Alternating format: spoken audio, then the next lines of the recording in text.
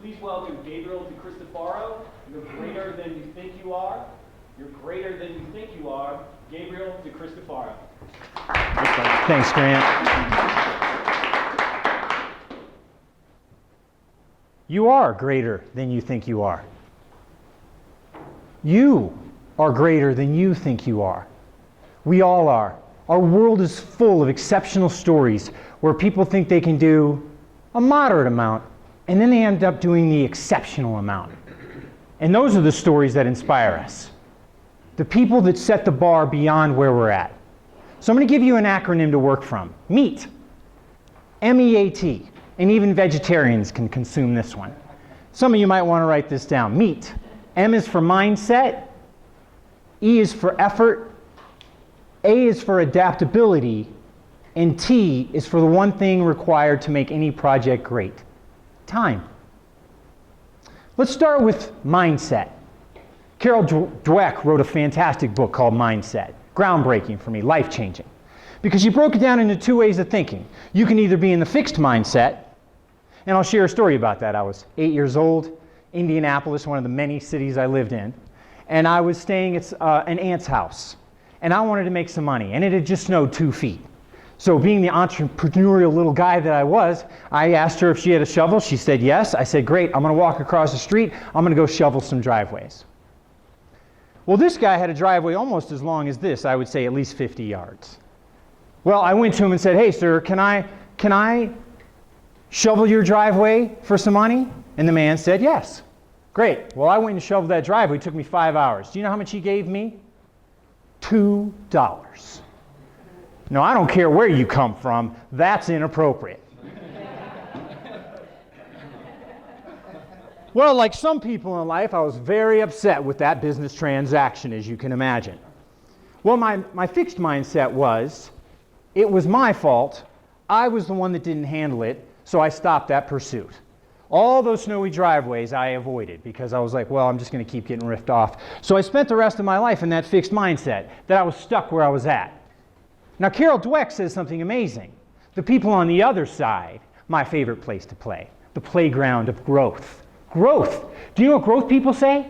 They get to a puzzle, and they're working, and they go boom, and they fail. And they go, great, I learned not to do it that way. You know a great example of that? Thomas Edison. Light bulbs. Thousands of failures. Thousands of, I did that wrong. I need to do it a better way. That's what growth mindset's looking for. It's not looking for the past where you came from. I mean, I always use this example because it's kind of extreme, but most of us used to poop in diapers. We don't really reference that anymore, do we? Yet we'll reference something a year ago, maybe 2 years ago. Remember when I did that thing that was so bad in your mind and you let it hook you? But it's gone. E, effort. That's what it really is all about, your effort, putting in effort. I'm going to share a story about a man who put out an amazing amount of effort with faith. Abraham Lincoln. You know, he delivered the Gettysburg Address in under 3 minutes. A speech that inspired a nation during an awful time to take action. Now, where was his effort? Well, he had to think about it. He had to think about the problem. Then he had to write it. Then he had to do what? Deliver. He had to stand up in a nation that was very upset at a lot of issues and say, hey, I think I have the solution. Let me take you to adaptability. I was a snowboard instructor. I got involved. Do you remember 8 years ago when houses didn't sell in 3 days? I think nowadays it's like 2-3 days. If it's a good house, it's gone, right? Back then, do you remember they crashed? A lot of people went bankrupt. Short sales, it was awful. Well, I was one of those people. I took a very hard hit. And I had to be what? Adaptable. So I created Business Oceans, my consulting company. I went to USC Marshall School of Business. I'd been in a lot of corporations for many, many years. I had a lot of significant ideas to offer. But what I found out is there are so many experienced professionals, they were interested in something different. Digital marketing. Now remember, now it's common. I mean, there's phones everywhere with all sorts of stuff. But I want you to picture 8 years ago, when the internet was still kind of a question mark. Well, I had to be adaptable, so I took the company and I started shifting it to digital. I was adaptable immediately, and my business tripled, quadrupled. It was the first time in my life I was able to work 20 hours per week and still make, upwards in the good 5 figures. I thought that was pretty fantastic. So I took 3 trips a year to Cancun. I started putting in effort, though. I had to put in effort. I had to learn. Because think about it. How many of you ever get stuck by technology? Anybody? Stuck by technology? Now, every one of you needs to put your hand up. That's okay. It's all right. You know it's true. Because we all have to learn something. But you have to have a growth mindset about learning. You have to look at that cell phone and say, you know what? I can learn it. You don't look at it the first time and go, oh, I don't know how to use it, and put it down. You go, I'm going to keep going and keep going. So what's the last piece? Well, like a diamond and a pearl, great things take time. You take time. You take time to polish. You take time to sparkle.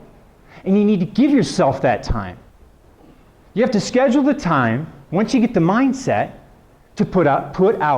Do you hear that? You ever hear that phrase, put out the effort? I'm sorry, I disagree with that. I'm going to be controversial. I'm sorry, I put out fires. I put out the trash. You know what I do with effort? I put it in. I put in effort, like an investment into yourself. The part of you say, when you're a kid and you put that dollar in the piggy bank, every time you put into effort into something you're excited about and courageous, you get a little payback later, and it builds up.